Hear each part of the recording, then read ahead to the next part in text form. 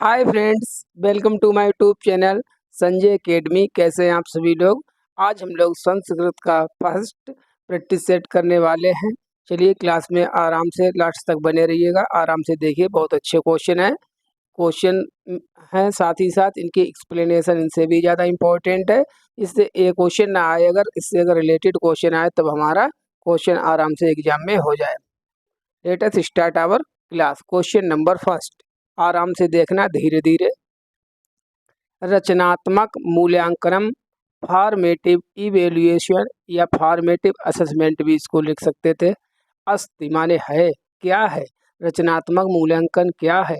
अपरिवर्तनीयम अध्ययन अध्यापन प्रक्रियां की भवति निरंतर विकासेन प्रोन्नतन्या च संबद्धता पूर्व निर्धारिते अथवा विशेष अवस्थायां क्रियान्वयम्।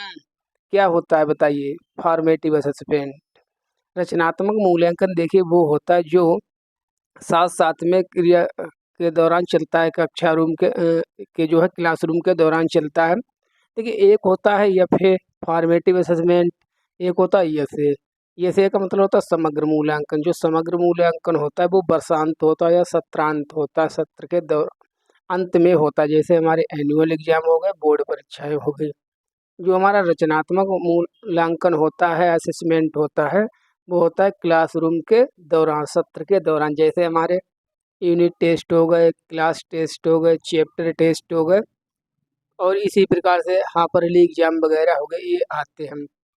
ये क्यों लिए जाते हैं। ये बच्चे की जो है प्रोन्नति से संबंधित है कि बच्चे ने अगर कोई मिस्टेक की है तो हम उसके लिए उसको फीडबैक प्रोवाइड कराएंगे कि ये अब इसको आगे आप ठीक कर लेना। तब इसलिए इसका जो आंसर बनेगा वो आंसर नंबर सी। निरंतर माने लगातार, विकासेर माने विकास से रिलेटेड, किसके, बच्चे के। प्रो उन्नतया क्या संबंध है, ये बच्चे के निरंतर विकास से संबंधित होता है। विकास का मतलब यहाँ है सीखने से। ठीक है, सो C is our right option. कथन एवं निष्कर्ष वाले क्वेश्चन भी हैं, अगर ये आ जाए इनको भी बिल्कुल कर देना। देखिए इन वाले क्वेश्चन के लिए एक चीज समझ लीजिए, दोनों सही हो सकते हैं, दोनों गलत हो सकते हैं। कथन सही हो सकता है, कारण गलत हो सकता है। कारण सही हो सकता है, कथन गलत हो सकता है, इतनी पॉसिबिलिटी है। अब बात आती है जे इसको एक्सप्लेन कब करता है। ठीक है, तो एक्सप्लेन जब करेगा जब कारण सही हो और कथन दोनों सही हो, और जब ऊपर वाली बात की चर्चा नीचे की जा रही हो, उससे संबंधित हो और सही भी हो, तभी ये इसको एक्सप्लेन करता है। अन्यथा ये इसको एक्सप्लेन नहीं करता। दोनों सही हो सकते हैं। चलिए पढ़िए आराम से। क्वेश्चन नंबर 2, कथनम प्राथमिक स्तरे भाषायां शुद्धता सर्वाधिका महत्वपूर्णम अस्ति। प्राथमिक स्तर पर बच्चों की भाषा को पढ़ाने के लिए उनके लिए शुद्धता मतलब एकूरेसी सबसे ज़्यादा क्या महत्वपूर्ण है। कारणम व्याकरणम प्राथमिक पाठ्यक्रमस्य अविभाज्यस्य अंगम अस्ति। जो व्याकरण है वो प्राथमिक स्तर पर बच्चों के पाठ्यक्रम से जो अविभाज्य, जिसको हम अलग नहीं कर सकते, अभिन्न अंग है। अब देखिए चाहे प्राथमिक स्तर हो चाहे जूनियर लेवल हो, कोई भी स्तर हो, अब जो है ग्रामर तो उसमें होती ही है। बात यह है बस उसका ज्ञान नहीं कराया जाता है। तो जो पहले वाला है पहला गलत है कि प्राइमरी स्तर पर बच्चों को सबसे ज़्यादा शुद्धता पर ध्यान नहीं देना है। उनको बच्चों को भाषा सिखानी है, उनका एक्सपोजर हो इम्पोर्टेंट, उनका बोलना इम्पोर्टेंट है, उनकी फ्लुएंसी इम्पोर्टेंट है, ना कि केवल भाषा की शुद्धता की। जो भी वो वर्ड बोले बिल्कुल सही सही बोलें, तो ऐसा नहीं है। उनका बोलना जरूरी, केवल शुद्धता सबसे ज़्यादा महत्वपूर्ण नहीं है। तब भाई ये तो हमारा असत्यम हो गया, ये हमारा क्या हो गया, असत्यम, असत्य हो गया, गलत हो गया। लेकिन जो हमारा जो आर है, मतलब जो कारणम है, ये बिल्कुल सही है। देखिए ये क्या लिखा है, निम्नलिखित संकेतभ्या शुद्धतम शुद्धम उत्तर चिन्हतु। चिन्हतु माने चुनना, उत्तर माने उत्तर, शुद्धम माने सही। इनमें से सही उत्तर चुनिए। तब जो पहला है वो तो हमारा असत्यम है, वो यहाँ है। ठीक है, और जो दूसरा है रीजन है वो हमारा सही है, तो परम आर सत्यम अस्ति, इसीलिए इसका आंसर हो जाएगा ए असत्यम अस्ति परम आर सत्यम अस्ति। ये सही है, लेकिन जो है रीजन है वो सत्यम है, वो सही है।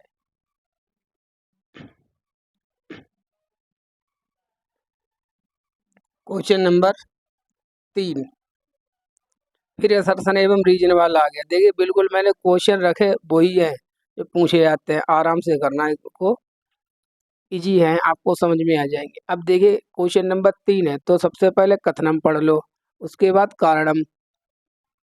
छात्रा भाषाम अधिग्रहण यन्ति यतः जन्मजात एवं भाषा गृहीतुं तत्परा भवन्ति परिवेशस्य अस्मिन् कार्ये किमपि योगदानं नास्ति। अब इसकी हिंदी पर निकालने की ध्यान मत दीजिए, अगर थोड़े भी वर्ड आपके माइंड में फंस रहे हैं, आपकी समझ में आ जाए कि ये यार किससे रिलेटेड हमारा क्वेश्चन हो सकता है।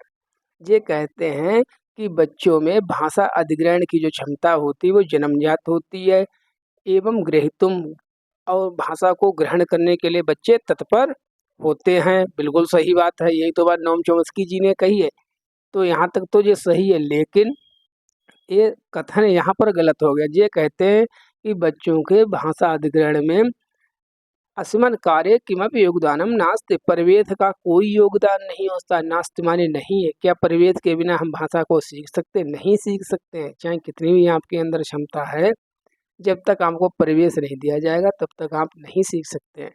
तो यहाँ पर एक कथन असत्य हो गया हमारा, वैसे तो यहाँ तक तो सत्य था, लेकिन यहाँ पर असत्य हो गया, तो असत्यम। कारणम छात्र केंद्रित कक्षा परिवेशा भाषा अधिग्रहणे महत्वपूर्ण प्रभाव ददाति। जो बाल केंद्रित होता है, जो कक्षा हमारी जो क्लासरूम जो होती है, वो सीखने में बच्चों के भाषा अधिग्रहण में बहुत ज़्यादा महत्वपूर्ण होती। मीन्स चाइल्ड सेंटर्ड जो क्लासरूम होता है उसमें बच्चे अच्छी प्रकार से सीखते हैं। बिल्कुल सही बात है, क्योंकि शिक्षा की नीति ही चल रही है चाइल्ड सेंटर्ड। तब जो हमारा कारणम है वो तो सत्यम हो गया, वो सही हो गया। तब इसका ऑप्शन कौन सा हो जाएगा? ए असत्यम, ए असत्यम अस्ति परम आर सत्यम अस्ति। ए गलत है, लेकिन परम माने लेकिन होता है, ठीक है, किंतु आर सही है। देखिए फिर यहाँ पर वही लाइन लिखिए, संकेतभ्यास शुद्धम उत्तर चिन्हतु, सही उत्तर को चुनिए ए। देखिए कितना अच्छा क्वेश्चन है। ये क्वेश्चन इंग्लिश में भी आया है, हिंदी में भी आया है, और संस्कृत में भी हम लोग पढ़ रहे हैं। भाषा विकासे बालकै ये शब्दा शब्द समूहा वा प्रयुज्यन्ते तदास्ति। तदास्ति का मतलब है तद प्लस अस्ति माने है, मतलब भाषा विकास में ये बालक के भाषा विकास में ये शब्द और शब्द समूह जो प्रयोग किए जाते हैं, ठीक, मतलब बालक जिन शब्दों को और शब्द समूहों को अपने द्वारा प्रयोग करता है, उस प्रकार की शब्दावली को हम क्या कहते हैं? अब ध्यान कीजिए, क्या मैंने कुछ आपको एक्टिव वोकैबुलरी, पैसिव वोकैबुलरी, सक्रिय शब्दावली, निष्क्रिय शब्दावली हिंदी में क्या कुछ ऐसा पढ़ाया है? बिल्कुल पढ़ाया है। चलिए उसको भी स्किप करिए, मान लीजिए आपको ध्यान नहीं है। भाषा की स्किल्स कितनी होती हैं? देखिए 4 भाषा कौशल होते हैं, एल एस आर डब्ल्यू, सूबो पाली, सुनना बोलना पढ़ना लिखना। एल फॉर क्या हो गया? Listening, S for speaking, R for reading, W for writing. इसमें से 2 स्किल्स ऐसी होती हैं जिनके द्वारा हम ज्ञान को ग्रहण करते हैं, ठीक है, और 2 ऐसी होती हैं जिनके द्वारा हम अपनी बात को कहते अभिव्यक्त करते हैं, receptive skills and expressive skills. तो देखिए हम अपनी बात को कैसे कह रहे हैं? स्पीकिंग के द्वारा कह रहे हैं और राइटिंग के द्वारा कह रहे हैं। हिंदी में इनको हम उत्पादन कहते हैं, ठीक है, उत्पादन या प्रोडक्टिव स्किल्स, जिसके द्वारा मैं अपनी बात को कह रहा हूँ, या तो लिख के कह रहा हूँ या स्पीकिंग बोलकर कह रहा हूँ। तब हम जिन शब्दों को और शब्द समूह को प्रयोग करते हैं उनको हम उत्पादनम कहते हैं, ठीक है, प्रोडक्टिव। अगर यहाँ पर बात की जाती ग्रहण करने की, तब इस यहाँ पर आंसर होता ग्रहणम। लिसनिंग और रीडिंग। ठीक है, ये क्या होती है हमारी रिसेप्शन या ग्रहणम। सो C is our right option.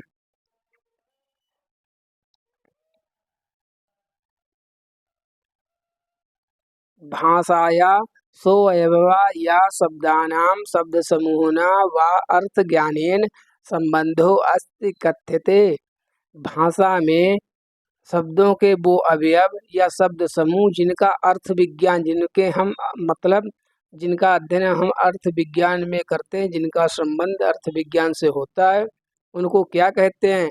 English में ध्यान कीजिए, हिंदी में पढ़ाया था मैंने अर्थ विन्यास और इंग्लिश में पढ़ाया था सीमेंटिक्स। बिल्कुल मुझे ध्यान, सीमेंटिक्स SEMANTIACS, सीमेंटिक्स का मतलब होता है अर्थ विज्ञान। देखिए, सिंटेक्स होता है जिसमें हम सब्जेक्ट वर्ब ऑब्जेक्ट की बात करते हैं कि वाक्य हमारा बना कैसे है। अब वाक्य बना है लेकिन वाक्य का अर्थ भी तो सही होना चाहिए। जैसे संजय खाना पीता है, बिल्कुल वाक्य जो है सिंटेक्स इसका सही है, ठीक है, सिंटेक्स बिल्कुल सही है, बना सही है, लेकिन ये अर्थ विज्ञान की दृष्टि से गलत है, सीमेंटिक्स इसका गलत है। तब जिन शब्दों का हम अर्थ विज्ञान में स्टडी करते हैं उसको हम कहते हैं अर्थ विज्ञानम, इंग्लिश में कहते हैं सीमेंटिक्स। नेक्स्ट, कोई डाउट हो, आप जितने डाउट पूछ पाए ठीक है उतने पूछ लेना। मुझे बहुत अच्छा लगता है कि कोई बच्चा डाउट पूछता है, पूछेगा जब ही डाउट जब वो पढ़ाई करेगा, ऐसा भी मान के चलना अगर उसको प्रॉब्लम आ रही है तो डोंट वरी अबाउट दैट। आपके स्वागत है डाउट्स का। बताइए, भाषा शिक्षणे निदानात्मक परीक्षा उद्देश्यम अस्ति। भाषा के शिक्षण में निदानात्मक परीक्षा का उद्देश्य क्या होता है, क्या है। मातृपितृ अध्यापकेन नेषु मातृ प्रतिभ्या प्रतिपुष्टा प्रदानम। बी, छात्राणां विवरण पत्रे लेखनम। छात्रान प्रतियोगिता परीक्षा सज्जीकरणम, सज्जीकरणम माने तैयार करना। बच्चों को क्या प्रतियोगिता परीक्षा के तैयार करने के लिए हम निदानात्मक परीक्षा लेते हैं। मान लीजिए मुझे एग्जाम में इनकी हिंदी बिल्कुल थोड़ी थोड़ी समझ में आ रही कि लगभग ऐसा होगा, ठीक है। डी क्या है, छात्राणाम बोधगम्यता अंतरालम ज्ञातुम। बच्चों के सीखने में कहाँ पर कमी है, अंतरालम माने कमी, उस चीज को पता लगाने के लिए कि हम निदानात्मक परीक्षा करते हैं, डायग्नोसिस टेस्ट करते हैं। बिल्कुल सही यही है, क्योंकि निदानात्मक परीक्षा इसलिए की जाती है कि ऐसे बच्चों को छांटना जिनको अभी सीखने में कोई प्रॉब्लम हो रही है, बाद में उनका उपचार किया जाता है। पहले निदानात्मक परीक्षण, बाद में उपचारात्मक परीक्षण। So D is our right option. अब इस चीज को यहाँ पर समझ लेना, या तो किसी कॉपी वगैरह पर नोट कर लेना। अंता संपर्कित श्रवणम भवति। अंता संपर्कित जो है, श्रवणम माने सुनना, क्या होता है। श्रवणम प्रत्युत्तरदानम च, लय परिवर्तनार्थ श्रवणम, बलाघातया बलदानयाम च श्रवणम, भक्तु प्रकृतिम ज्ञातुम श्रवणम। क्या होगा, देखिए अंता संपर्कित श्रवण वो होता है जिसमें हम दूसरों की बात को पहले सुनते हैं। पहले एक कम्युनिकेशन का तरीका है, हम किसी से बातचीत कर रहे हैं तो पहले तो हम उसकी बात सुनेंगे, समझेंगे, फिर ही हम उसकी बात का उत्तर देंगे, रिप्लाई करेंगे, ठीक है। ऐसा नहीं कुछ भी हमने उसने बोला और मैंने कुछ उसका आंसर दे दिया, तो इसको अंता संपर्कित श्रवण नहीं कहते। अंता का मतलब दूसरों से, ठीक है। संपर्क माने होता है संप्रेषण, वार्तालाप करना सुनकर, तो इसका आंसर ए हो जाएगा। श्रवणम पहले सुनो दूसरे की बात, फिर प्रति उत्तर दानम, यहाँ पर संधि हुई है, प्रति प्लस उत्तर प्लस दानम, ठीक है। प्रति उत्तर दानम, फिर बाद में आप उसका रिप्लाई दीजिए।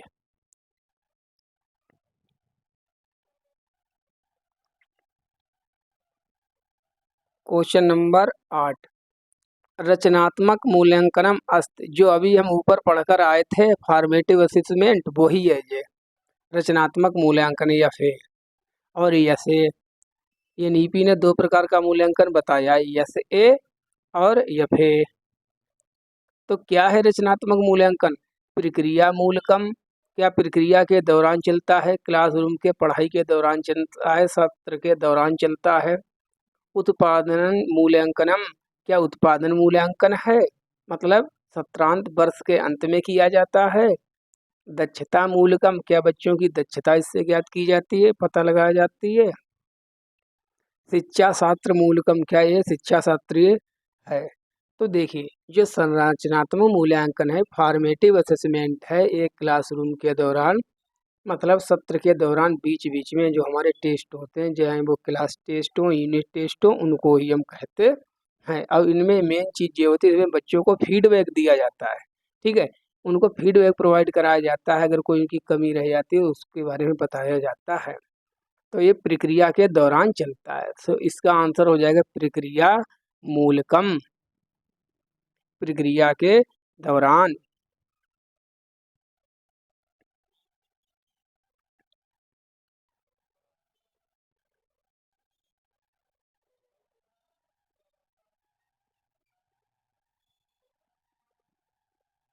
बताइए, क्वेश्चन नंबर 9।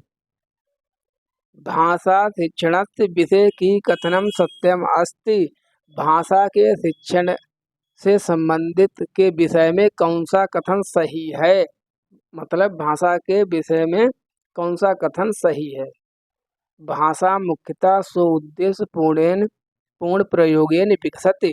जो भाषा है वो किसी न किसी उद्देश्य के लिए प्रयोग की जाती है, विकसित की जाती है। बिना किसी उद्देश्य के हम कभी भी कोई भाषा नहीं सीखते, ना ही उसका प्रयोग करते हैं। क्या सही है ये? बी, शिक्षणे अंतर्निहिता सन्ति वार्तालापः लेखनम आकृति प्रदानम तथा गत्यात्मकता। मतलब शिक्षण में अंतर्निहित संति, वार्तालाप मतलब बातचीत, लेखन से संबंधित होती है क्या भाषा। शिक्षणम शब्द रूपाणाम भाषाणाम च नियमानां ज्ञाने न भवति। शिक्षण में शब्दों का रूपण मतलब शब्दों के बारे में और नियमों के बारे में क्या ज्ञान नहीं कराया जाता है, ज्ञाने न भवति, बिल्कुल नॉनसेंस बात है। हम भाषा को सीखेंगे कैसे जब तक भाषा के नियम नहीं हम जानते हैं। अनेक प्रविधिषु एकेन प्रविधिना एतत् प्रस्तुत यत् भाषा मुख्यतः वार्तालापान आवृत्त्या शिक्षते। अनेक विधियों के माध्यम से एक प्रविधिहीन एतत् प्रस्तुत भाषा वार्तालापान आवृत्त्या शिक्षते, मतलब वार्तालाप के माध्यम से विभिन्न विधियों के माध्यम से भाषा को सिखाया जाता है।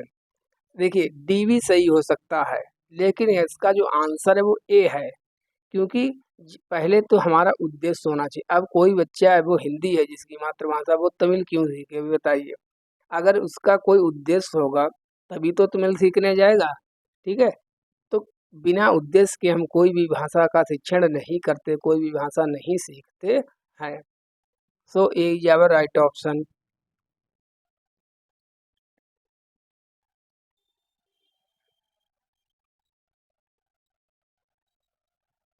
10 नंबर पर है हमारा, वास्तविक विलोके भाषा अधिग्रहणं वर्धयतु को विधि छात्राणां प्रयोगेषु संलग्नं करोति। वास्तविक विलोक का मतलब होता है रियल में, मतलब ठीक है, सोसाइटी में, समाज में जब हम सीखते हैं तो उसमें भाषा अधिग्रहण, भाषा को अधिग्रहण करने में कौन सी विधि ऐसी है जिससे बच्चों का प्रयोग जो है बढ़ता है, भाषा प्रयोग जो है बढ़ता है। वर्धयतु माने बढ़ता है, किस विधि के द्वारा। संलग्न माने होता है उसको पार्ट इंगेज रखना, बच्चे को बिजी रखना, किस विधि के द्वारा। व्याकरण अनुवाद विधि, संप्रेषणात्मक विधि, संरचनात्मक विधि, श्रवणम भाषीय विधि। बताइए कौन सी विधि होगी। सबसे ज़्यादा बच्चा जो है किस विधि के द्वारा भाषा प्रयोग के, ठीक है, भाषा प्रयोग के माध्यम से संलग्न रहेगा, मतलब बिजी रहेगा, सीखेगा। वो कौन सी विधि होने वाली है, वो देखिए हमारी होने वाली है बी, संप्रेषणात्मक विधि। अगर आप किसी से वार्तालाप कर रहे हैं तो आप बहुत ज़्यादा एक्टिव होते हैं, क्योंकि अगर एक्टिव नहीं होंगे तो आप उसकी बात का रिप्लाई ही नहीं कर सकेंगे, ठीक है। अंतः संपर्कित भी होते हैं, सर्वनाम इसको कहते हैं। तो इसलिए जो इसका आंसर है वो बी है। देखिए, अगर किसी भी शब्द का कोई उच्चारण हमसे गलत हो जाए तो उसके लिए क्षम्यताम, मतलब सॉरी, क्योंकि हो जाता है, ठीक है। मैं इस चीज़ को एक्सेप्ट करता हूँ कि मैं ओरिजिनल स्टूडेंट संस्कृत का नहीं रहा हूँ, इसलिए। और वैसे भी प्रोनाउंसिएशन में गलती किसी से भी हो सकती है, कोई बात नहीं है। अपने काम पर ध्यान दीजिए, हमारा प्रयोजन सिद्ध होना चाहिए। प्रयोजन का मतलब उद्देश्य। देखिए, इतना लंबा चौड़ा क्वेश्चन है, अब आप थोड़ा सा समझेंगे आंसर कर लेंगे। यम कस्य संकल्पना, अब संकल्पना माने कॉन्सेप्ट होती है, ये किसकी कॉन्सेप्ट है? यत रचनात्मक परक व्याकरणम निश्चितान नियमान निर्धारित येन वाक्यान् निर्मीयन्ते तथा च तस्यामेव अधिक वाक्य निर्माणे अपि ते प्रयुज्यन्ते भाषा। मतलब ये किसकी संकल्पना है? जिन्होंने कहा है कि बच्चों के दिमाग में ग्रामर के नियम होते हैं ऑलरेडी, जब उनको अवसर दिया जाता है तब वे उसको बाहर निकालते और वो सीखते हैं। तब चीख चीख के मैंने आपको नोम चॉम्स्की के बारे में पढ़ाया था। इन्होंने ये लेडी की भी संकल्पना दी है, और इन्होंने एक और प्रिंसिपल दिया है, यूनिवर्सल लॉ ऑफ ग्रामर, ठीक है, सार्वभौमिक व्याकरण का सिद्धांत, जिसके अनुसार जो सभी बच्चे होते हैं उनमें व्याकरण सीखने की क्षमता जन्मजात होती है, अर्थात उनके दिमाग में व्याकरण के नियम होते, बस उसको मौका मिलना चाहिए।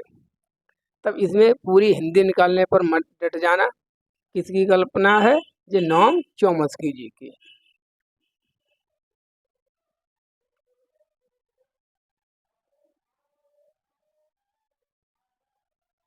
एका अध्यापका नव पाठ प्रारभत पूर्वा मनोरंजन क्रियां नियोजति। अस्या क्रियायां प्रयोजनम अस्ति। अस्ति माने है, प्रयोजन माने उद्देश्य। कुछ कुछ वर्ड हैं जो कि मैंने आपको मैराथन क्लास में करवाए हुए, अगर आपने वो वर्ड तैयार कर लिए तो आपको कोई ज़्यादा प्रॉब्लम होने वाली नहीं है। एक अध्यापक है, नव पाठा माने नए पाठ। एक अध्यापक नए पाठ को शुरू करने से पहले बच्चों के लिए कुछ मनोरंजनात्मक क्रियाएं वो करवाता है, ठीक है, नियोजित करता है। वो ऐसा क्यों करता है? उसके पीछे उसका प्रयोजन अस्ति, उसका उद्देश्य क्या है? क्यों वो नए पाठ को शुरू करने से पहले बच्चों के लिए कुछ मनोरंजन क्रियाएं करवाता है अध्यापक? पढ़िए, पाठात पूर्वम शिक्षार्थानाम अनुशासनम। बच्चों में पढ़ाने से पहले अनुशासन को विकसित करने के लिए, बनाए रखने के लिए। शिक्षार्थनाम ध्यान परिवर्तनम, शिक्षार्थियों को ध्यान आकर्षित करने के लिए। अध्यापनस्य कार्यभारम न्यून करोति, अध्यापन की प्रक्रिया का काम न्यून करने के लिए, कम करने के लिए। शिक्षार्थिना प्रेरणम शक्ति चाददति, शिक्षार्थियों को प्रेरित करने के लिए, बिल्कुल सही है, बच्चों को मोटिवेट करने के लिए, प्रेरित करने के लिए वो एक काम करवाता है, ठीक है। So D is our right option. प्रेरणम मतलब मोटिवेशन।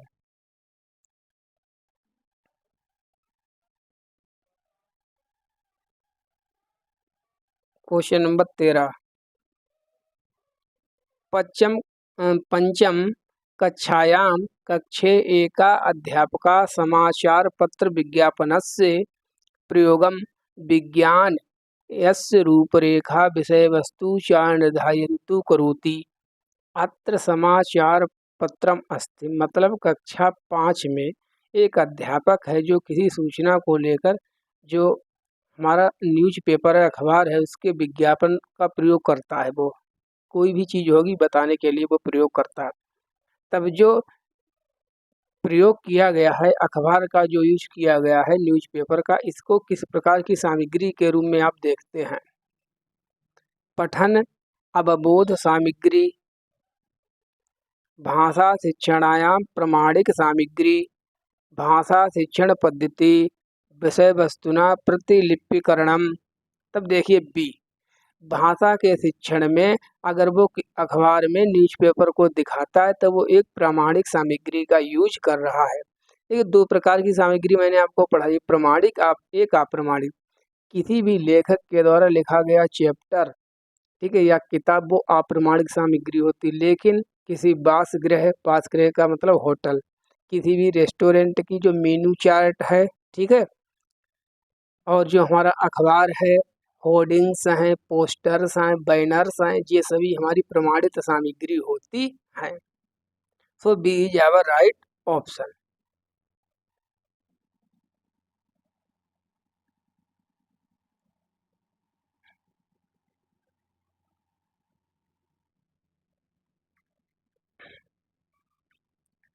चौदह क्वेश्चन नंबर, एका छात्रा कार्यं कुर्वान् आत्मना आत्मनां जल्पते यत् सा केन प्रकारेण कार्य संपादयति एतदसि व्यक्तिगत वार्ता की संकेतत। अब मान लीजिए इसमें कुछ ये नहीं पता, मुझे ये समझ में आएगा कि व्यक्तिगत वार्ता की कुछ बात की जा रही है, ठीक है। इसको किसने दिया था व्यक्तिगत वार्ता को? लेव वाइगोत्स्की जी ने दिया था, इनर स्पीच या प्राइवेट स्पीच। ये क्या होती है? अगर आपको सीडीपी में अब कॉन्सेप्ट क्लियर है, ठीक है, एक बच्चा मतलब अपने आप से अपने आप को डायरेक्शन देता है, इसका मतलब ये है ये प्रश्न का। तो इस प्रकार की वार्ता को व्यक्तिगत वार्ता कहा गया। अब व्यक्तिगत वार्ता क्या होती है? देखिए, जब बच्चा अपने आप को अनुशासन में रखने के लिए, सेल्फ डिसिप्लिन में रखने के लिए बातें करता है स्वयं से, तो उसको हम व्यक्तिगत वार्ता कहते हैं। जैसे देखिए, अगर मेरी उम्र मान लीजिए 6 साल की है, ठीक है, 6 साल का ही बच्चा करता है, जिसको अहम केंद्रित वार्ता कहा है जीन पियाजे ने। जैसे मैं अपने खिलौने के साथ खेल रहा हूँ, तो मैं स्वयं को डायरेक्शन दे रहा हूँ, अरे मेरा खिलौना कहाँ गया, किसने तोड़ दिया, अरे यार यहाँ नहीं, यहाँ रखा होगा, ऐसे नहीं, ऐसे इसको करना है, ये नहीं ये होगा, अच्छा आज मेरी उससे लड़ाई हुई थी, उसको मारा पीटा। तो मैं सेल्फ डायरेक्शन स्वयं से बोल बोल कर, बच्चे जब मन में बात करते हैं या बोल बोल कर, उसको ही व्यक्तिगत वार्ता कहते हैं। किस लिए करते हैं? आत्म अनुशासनम, सेल्फ डिसिप्लिन के लिए, स्वयं को डायरेक्शन देने के लिए।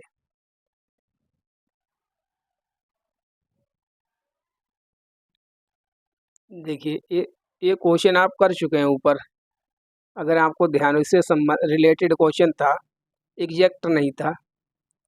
यान शब्दान बालकाः उत्पादन शब्दावली रूपेण प्रयुक्ते, ठीक है, प्रयुक्ते ते सन्ति।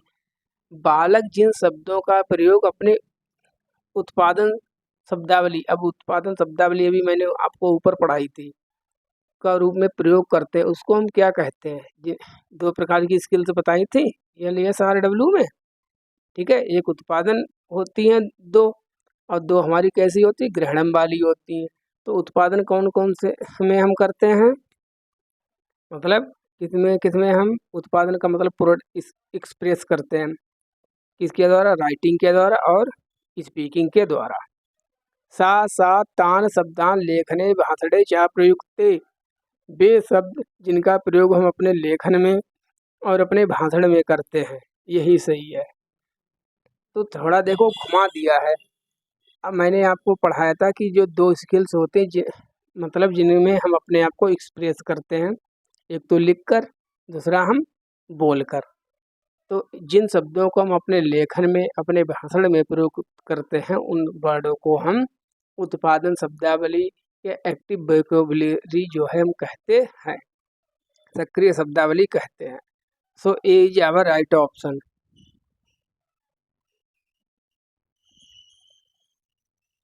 देखिए, आप लोगों का आज जो डाउट आ रहा था आकाश जी का, बहुभाषिता से रिलेटेड आ रहा था, समझ लीजिए क्या होती है। बिल्कुल, चाहे कहीं भी कोई आंसर मिले, लेकिन ये एनसीएफ 2005 का जो ओरिजिनल डॉक्यूमेंट मेरे पास रखा हुआ है, 150 पेज का, लगभग 160 पेज का, उसमें जो मैंने देखा तो बिल्कुल यही सही है जो मैं बताऊंगा आपको। एनसीएफ 2005 के अनुसार विद्यालस्य शिक्षायां बहुभाषितया अर्थो अस्ति, यही क्वेश्चन आज हिंदी में था कि विद्यालय में बहुभाषिता, ठीक है, शब्द का अर्थ क्या है? अर्थो अस्ति, क्या अर्थ है? देखिए, इसको ऐसे लिखिए, बहुभाषिता, इसको इंग्लिश में कहते हैं multi, MULTI, multi लिंगुअलिज्म।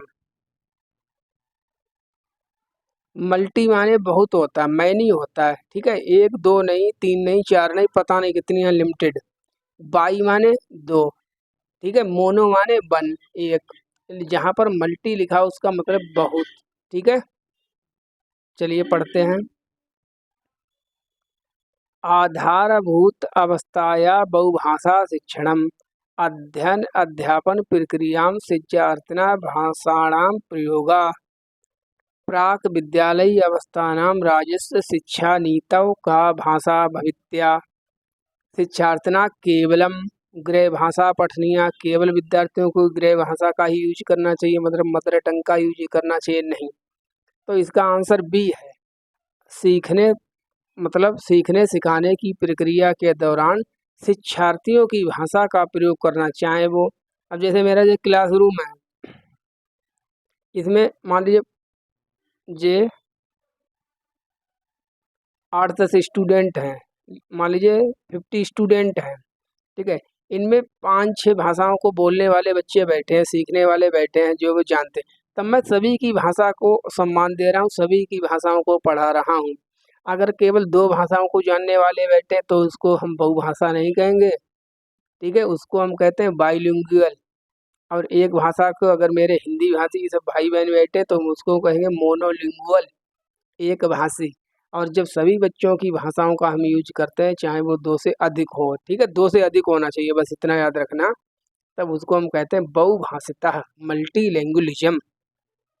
I hope अब आपको कोई भी डाउट इसमें नहीं रहेगा।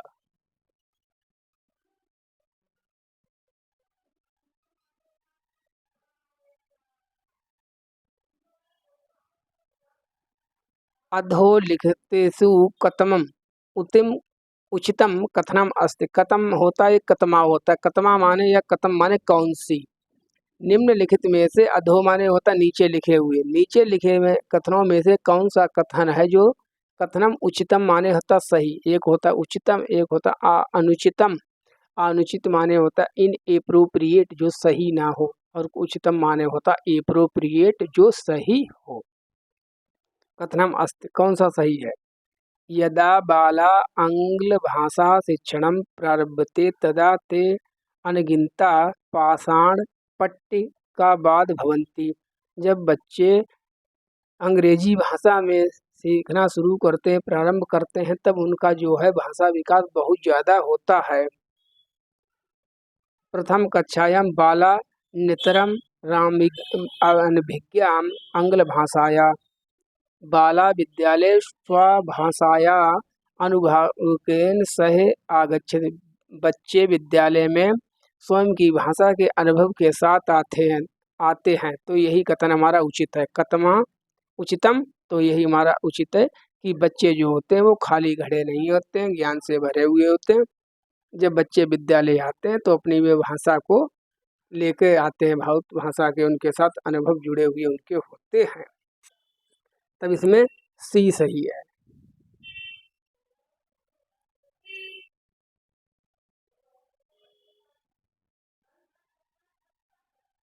अधोलिखितेषु, अधो माने नीचे, ठीक है, ऊपर माने ऊपर, अधोलिखितेषु माने नीचे लिखे गए, का छात्राणां मध्ये पठन विकासस्य एका उद्देश्य नास्ति। नास्ति माने नहीं है, इसको अलग करके लिखा है, और इसको देखो संधि करके ऐसे लिखी हुई, ऐसे भी लिख सकते हैं, ना प्लस अस्ति, ठीक है, नास्ति, ना प्लस अस्ति, एक पाई और आएगी, ऐसे दीर्घ संधि हो जाएगी, नास्ति माने नहीं है। बच्चों के निम्नलिखित में से पढ़ने से संबंधित पढ़ने के विकास में कौन सा एक उद्देश्य नहीं है। पाठस्य निष्कूटनम, अब मान लीजिए मुझे इसका मतलब ही नहीं पता निष्कूटनम क्या होता है, चलिए आगे देख लेते हैं। पाठस्य अर्थ निर्माण, अगर आपने कोई भी पाठ पढ़ा, अगर उसका अर्थ निर्माण आप नहीं जानते, मतलब उसका मतलब नहीं जानते, तब वो पढ़ना आपके लिए गलत है। तो ये तो उद्देश्य है हमारा, इतना तो क्लियर है। पाठात निष्कर्ष ग्रहणम, अगर पाठ का सारांश को ग्रहण करना सीखना, ये भी इम्पोर्टेंट है हमारे लिए। कस्यापि जनस्य पूर्व ज्ञानेन सह पाठस्य संबद्धा, ठीक है, पहले से पढ़े गए ज्ञान को पाठ को जोड़कर पढ़ना, मतलब नए पाठ को पुराने पाठ से, पुराने ज्ञान से जोड़कर पढ़ाना, तो ये भी उद्देश्य होता है, ठीक है। इसीलिए हम इंट्रोडक्टरी क्वेश्चन पूछते हैं। तो देखिए बी भी उद्देश्य है, सी भी है, डी भी है, तो डी ए नहीं ही होगा, नास्ति।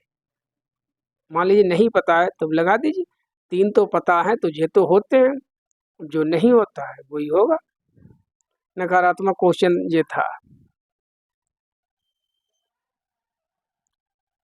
क्वेश्चन नंबर 19 बहुत इम्पोर्टेंट जो क्वेश्चन है, ये हिंदी में भी पूछा गया, इंग्लिश में भी पूछा गया था। क्वेश्चन नंबर 19, बालका भित्तेषु भूतले च किमपि अस्पष्टाः स्क्रिबिल या स्क्रिबलिंग लिखन्ति, एतत् तेषां कस्य भागा अस्ति। मतलब जो बच्चे हैं, भित्तेषु माने दीवारों पर, ठीक है, भूतले माने जमीन पर, वो दीवारों पर जमीन पर, अस्पष्ट जिनको हम पढ़ नहीं सकते ऐसे ऐसे लिखते हैं, ठीक है, जिसको हम आड़ी तिरछी लाइनें बनाना कहते हैं, ऐसे ऐसे वो लाइनें बनाते हैं। छोटे बच्चे हैं, हम इसको पढ़ भी नहीं सकते उन्होंने क्या लिखा है, जिसको हम स्क्रिबलिंग कहते हैं। तो इसको हम क्या कहेंगे? उदीयमान साक्षरतायाः, देखिए इन्होंने भी इंग्लिश लिख दी है इसकी। इमरजेंट लिटरेसी, प्राकार्यात्मक साक्षरता फंक्शनल लिटरेसी, एषा पठन पश्चात साक्षरता गतिविधि अस्ति। पोस्ट रीडिंग लिटरेसी एक्टिविटी है। एषा पठन काल साक्षरता, ठीक है, गतिविधि अस्ति, यह मतलब पढ़ने के दौरान क्या सिखाने की एक एक्टिविटी है, नहीं। देखिए सीख लीजिए इसको क्या कहते हैं। जब बच्चे छोटे होते हैं, शुरू में जब वो इस प्रकार की राइटिंग को लिखते हैं, आड़ी तिरछी लाइनें ऐसी बनाते हैं कहीं पर भी, चाहे वो ज़मीन पर हो, किताबों पर हो, कापियों पर हो, दीवारों पर हो, कहीं भी, तो बिल्कुल ये शुरुआती उनकी साक्षरता की शुरुआत है। इसीलिए इसको कहते हैं इमरजेंट लिटरेसी, उदीयमान साक्षरता। इसको हम और भी 2-1 नाम से जानते हैं, लेकिन इंग्लिश में इसका नाम याद रखना, इमरजेंट लिटरेसी, ठीक है। प्राक स्फुटित, हाँ, एक संस्कृत में इसके लिए वर्ड है प्राक स्फुटित साक्षरता, तब भी इसका मतलब सेम रहेगा।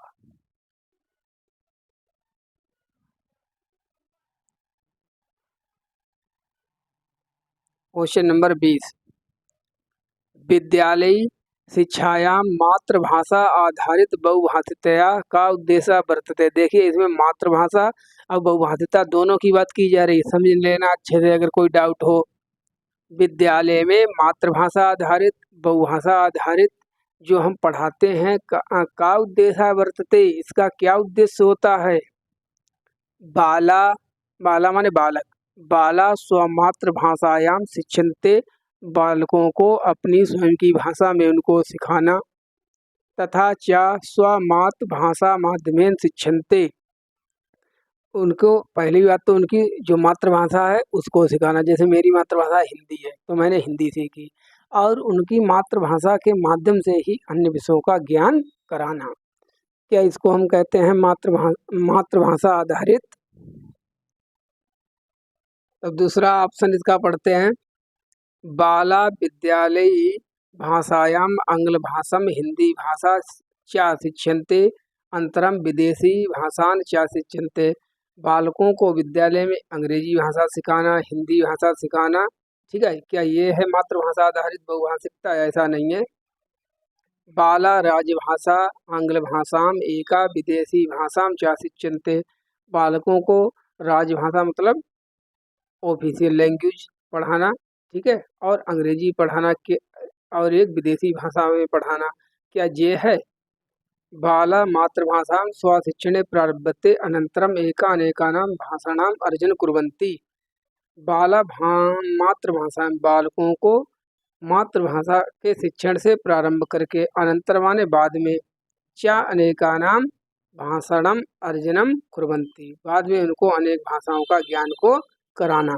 देखिए या तो इसमें ए होगा या डी होगा, बी सी तो नहीं होगी, इतना तो क्लियर है। 1 मिनट सोच लीजिए क्या होगा इसका। बाला मातृभाषायां शिक्षन्ते स्वशिक्षणं, बाला मातृभाषां स्वशिक्षणं प्रारभते अनंतर च अनेक भाषाणां भाषणम अर्जन कुर्वन्ति। तो इसका जो आंसर है, आंसर नंबर डी सही है। ठीक है। पहले बच्चों को उनकी स्वयं की भाषा में पढ़ाना शुरू कीजिए, बाद में अनेक भाषाओं का उनको शिक्षण दीजिए, पहले मातृभाषा। ठीक है। So D is our right option. इस क्वेश्चन पर आपको डाउट हो सकता है, लेकिन डाउट रखना मत, ठीक है। ये 100% यही सही है। अगर आपका कोई डाउट होगा तो कोई बात नहीं, कर लेना डाउट। वैसे इसका ए जो है डी है वो ही सही है।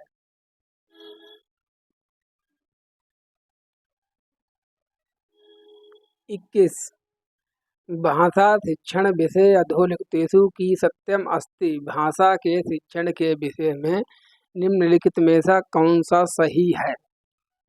भाषा शिक्षणायां व्याकरण शिक्षणम आवश्यकम अस्ति। भाषा के शिक्षण में व्याकरण का शिक्षण बहुत आवश्यक होता है। कतिपया भाषा शिक्षन्तु कठिना सन्ति। जो है भाषा को सीखना कठिन होता है। सर्वे बाला समान रूपेण भाषा शिक्षन्ते। सभी बालकों को समान रूप से भाषा को सिखाना चाहिए। भाषा प्रयोग माध्यमेन अस्यां च संलग्नीकरणेन शिक्षिता। सभी बच्चों को संलग्न माने होता है इंगेज करके, व्यस्त रखकर उनको भाषा को सिखाना चाहिए प्रयोग के माध्यम से। मतलब भाषा प्रयोग करने के माध्यम से बच्चों को संलग्न करके का मतलब होता है बिजी रख के बच्चों को भाषा सिखानी चाहिए। तो इसमें डी सही है। ठीक है। ज़्यादा अगर बहुत एक्सप्लेनेशन के चक्कर में पड़ जाएंगे बहुत ज़्यादा, तब बहुत ज़्यादा टाइम लगेगा। ठीक है। तब मेन चीज़ आप समझते चलिए, जो इम्पोर्टेंट होता है वो हम बता ही देते हैं। Question number 22। पंचम कक्षा में एका अध्यापका स्वछात्रान युग्मेषु। युग्मेषु माने होता है युग्म बनाना, जोड़े बनाना। जिह्वा व्यावर्तकानि टंग ट्विस्टर्स, बिल्कुल जीभ को तोड़ने वाले, बहुत बहुत कठिन। पुनः पुनः वक्तुम निर्देशन, कहता है कि बार बार बको बको बकन का मतलब होता है यहाँ पर उच्चारण करना। ठीक है। मतलब एक अध्यापक है, कक्षा 5 के बच्चों के कुछ ग्रुप बना देता है। जैसे ये हमारी क्लासरूम है, इसने बच्चों के कुछ यहाँ पर ग्रुप बना दिए हैं और कहा है जे बिल्कुल जो कठिन कठिन शब्द है इनको बार बार पढ़िए। सा स्वछात्रान माने अपने छात्रों में शिक्षितुम प्रयतते, वो किस चीज़ का प्रयास कर रहा है अपने बच्चों को सिखाने के लिए। तो सीधी सी बात है उच्चारण, बच्चों का उच्चारण इससे अच्छा होगा जो भी कठिन शब्द होंगे।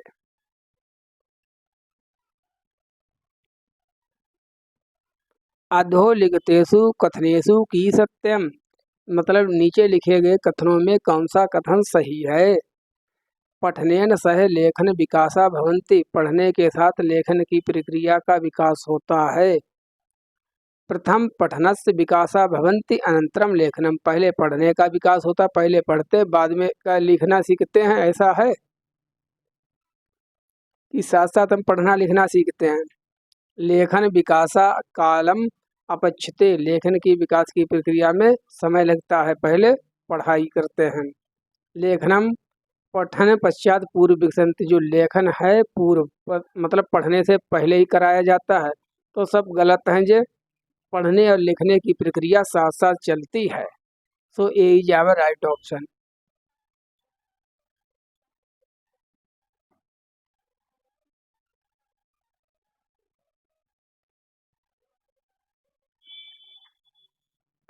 भाषा शिक्षणम वर्धेत यदि, आपका भाषा शिक्षण कब बढ़ेगा, कब अच्छा होगा? यदि अध्यापकेन प्रयुज्यते अधिकतम संख्यायाम अध्यापन सामग्री, अगर अध्यापक ज़्यादा मात्रा में अध्यापन सामग्री मतलब टीएलएम का यूज करेगा, ज़्यादा से ज़्यादा आपको पढ़ाएगा, तब क्या आपका भाषा विकास ज़्यादा विकसित होगा? छात्राणाम प्रगति परीक्षितम अध्यापका साप्ताहिक पत्र लेखनी परीक्षा, अगर टीचर आपका पेपर पेंसिल टेस्ट आयोजित करेगा तब आपका ज़्यादा भाषा विकास होगा। अध्यापका कक्षायाम वास्तविक जीवन परिस्थिति, बस इतने को ही पकड़ लो। जब उपस्थित यति यस्याम छात्रा परस्पर संवादा कुरु, मतलब जब बच्चे वास्तविक जीवन में समाज में आपस में जब बातचीत करेंगे तब वो ज़्यादा अच्छी प्रकार से उनका भाषा शिक्षण होगा, तब वो ज़्यादा अच्छी प्रकार से सीख पाएंगे जब अध्यापक उनके वास्तविक जीवन से जोड़कर उनको कक्षा में पढ़ाएगा, तब यही सही है।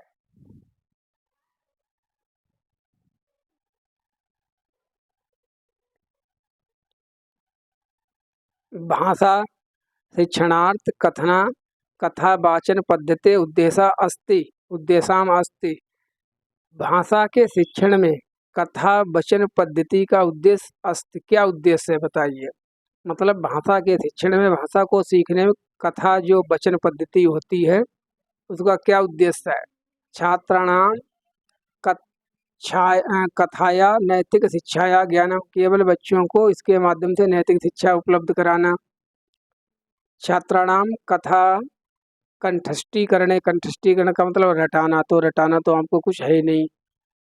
भाषा प्रयोगे छात्राणाम संलग्नीकरणम, भाषा प्रयोग में बच्चों को संलग्न करना, व्यस्त रखना। ठीक है, तो यही है जो जिसको अभी हमने ऊपर देखा था।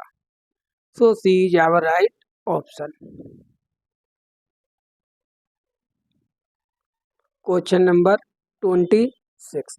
देखिए, सभी के सेट बनाने की अपेक्षा, सभी सब्जेक्ट के सेट बनाने की अपेक्षा संस्कृत का जो प्रैक्टिस सेट बनाना होता है इसमें बहुत ज़्यादा चैलेंज होता है। ठीक है, मैं समस्या तो नहीं कहूँगा, प्रॉब्लम नहीं होती, लेकिन चैलेंज बहुत आते हैं इसमें। एक तो इसकी टाइपिंग बहुत ज़्यादा टफ होती है। चलिए पढ़ते हैं। अधोलिखितेषु का भाषा शिक्षण से अवधारणा नास्ति। निम्नलिखित में से कौन से भाषा शिक्षण की अवधारणा माने कॉन्सेप्ट नहीं है? नास्ति माने नहीं है। बहुभाषिता तो भाई है। श्रव्य भाषित पद्धति, कार्य आधारित अधिगम, जे भी है वर्क सेंटर्ड लर्निंग। आदिरूपम सिद्धांत, आदिरूप सिद्धांत मतलब प्राचीन पद्धति। ठीक है, तब इसमें कौन सा नहीं है? नास्ति माने नहीं है, ये बी वाला नहीं है। श्रव्य भाषित पद्धति ये कोई पद्धति नहीं होती है।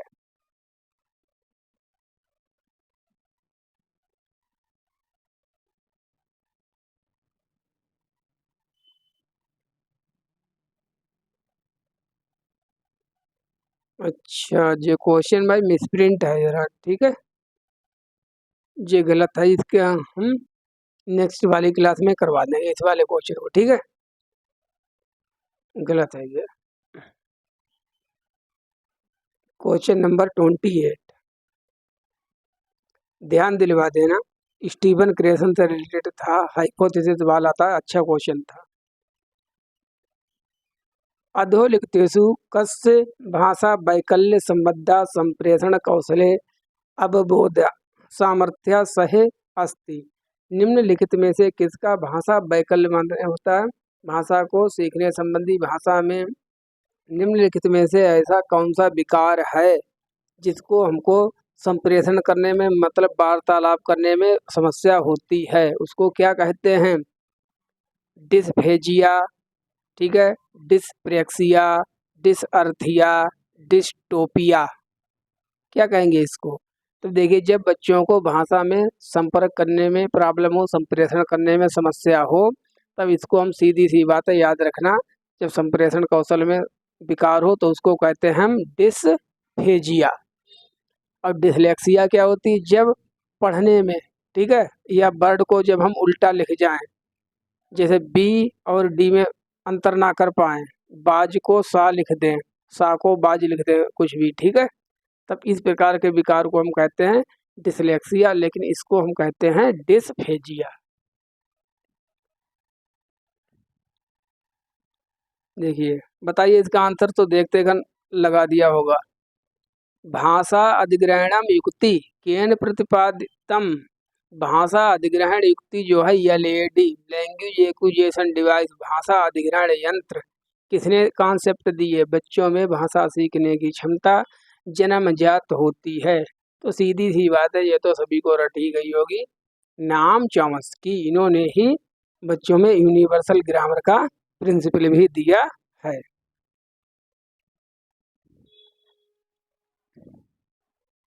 30,